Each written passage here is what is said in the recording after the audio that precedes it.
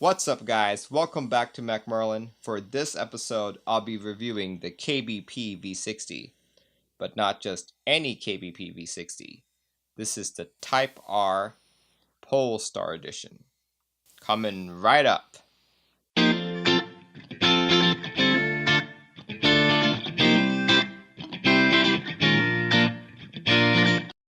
Special thanks to KBP for sending this to me, but don't worry, I'll still be giving my honest opinion on this. So you may have heard this name before. The S and V60 Polestar have evolved. You're right, it's the name of a car. So what does this car and this keyboard have in common? I have no clue. So let's just begin this review. The box is fairly minimalistic, and it's practically just a cardboard box with the KBP logo on it. I think this is the same logo as the other V60 keyboards.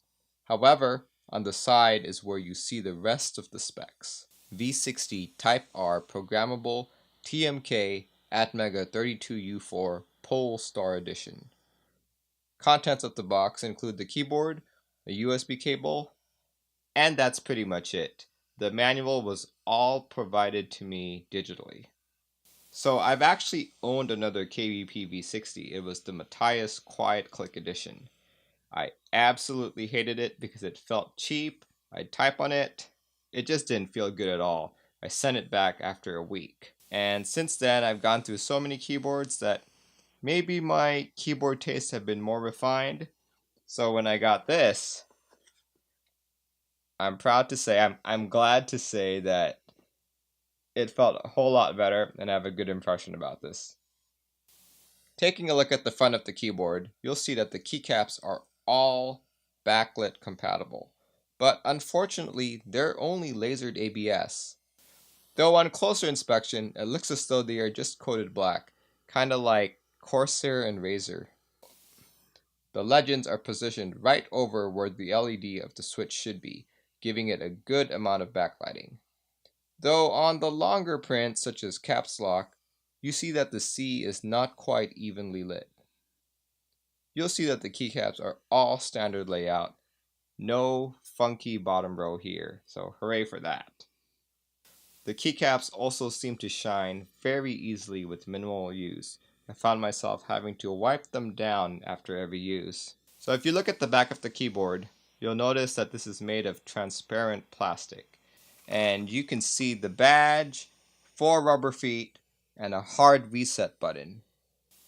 Despite having only a plastic case, there's very little flex in this keyboard. I think it's because it's not only because it's 60%, but it's got a metal plate as well.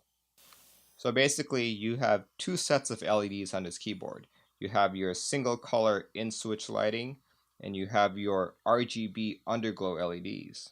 This keyboard has some complicated lighting schemes, so I'd consult the manual for all the details.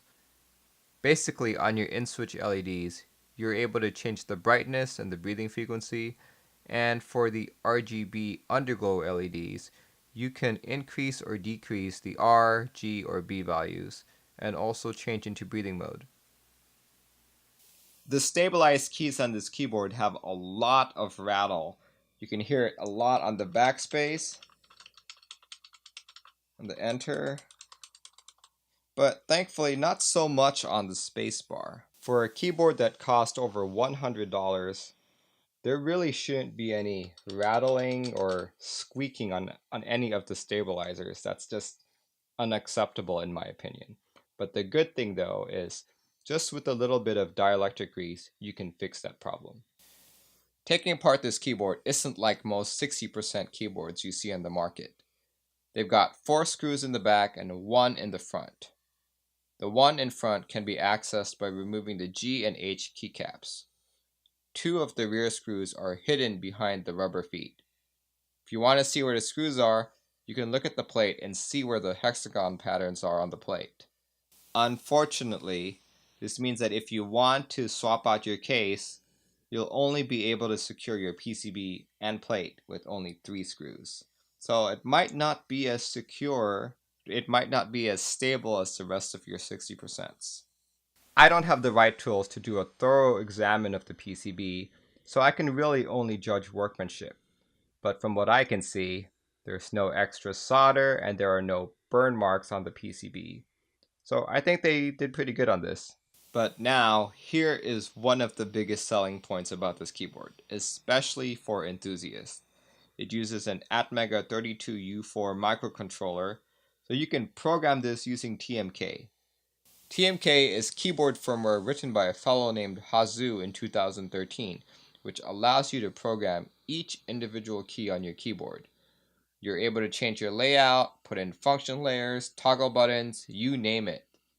This doesn't work on every keyboard, but a large amount of community-made boards are supported. If you want to learn more about TMK, I've included some links down below in the comments section. If this is your first time programming, don't fret. KBP has provided instructions on how to program your brand new Polestar. So unfortunately, the documents provided to me were wrong in so many ways. I had to contact KBP again and tell them, hey, this step doesn't work, that step doesn't work, can you give me better instructions? And they followed through. If you want to see a copy of that documentation, I've also linked it down below. So the actual programming of this keyboard is in another video. It's going to be on my top left over here. But don't go there yet. It's time for glamour shots.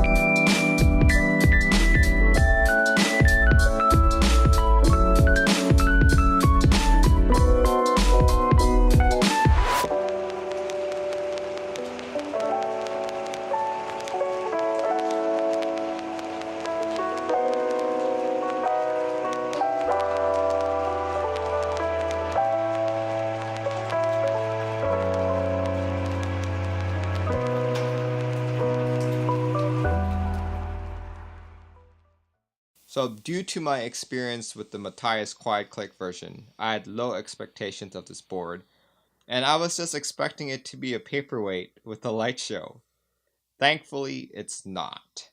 If you're on the fence between going the custom route or just looking for a keyboard off the shelf, this is a great compromise.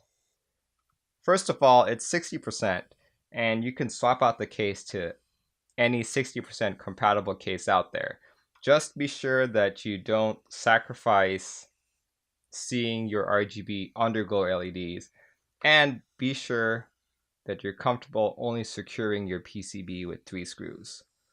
Once again, that's the middle screw and the screws on the left and right of the PCB. And also, this keyboard is fully programmable. Personally, I think all 60% should be fully programmable. Sure, you've got the Poker 3, and you've even got keyboards with a dip switch, similar to the original KBP V60. That's really not enough. Like, this is awesome. Notice load up TMK, you can program any key to anything you want. You can set up macros, you can do toggle switches. Yeah, this is a great step forward. The only thing I wish that they would have done is maybe given us switch cutouts so we could also swap out the stems. That way it would be both software and hardware customizable. Anyway, thanks for watching this episode of MechMerlin. I hope you enjoyed it. If you have any questions, make sure you comment down below. And if you like this video, hit that like button. I'll see you all next time. Whether you're looking to purchase your first mechanical keyboard or just interested in this niche hobby, you're at the right place. Welcome to MechMerlin, where all my keyboard adventures are broadcasted to the world. If you haven't subscribed yet, please hit that subscribe button and stay tuned for the next video.